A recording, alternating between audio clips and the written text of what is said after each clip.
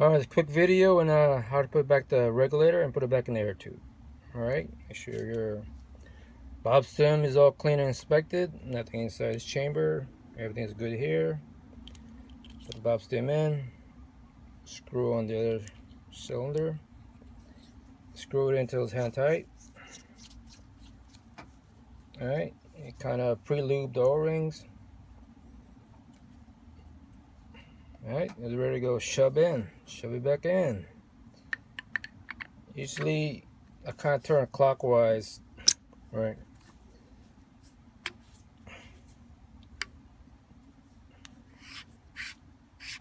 Turn it till it's hand tight.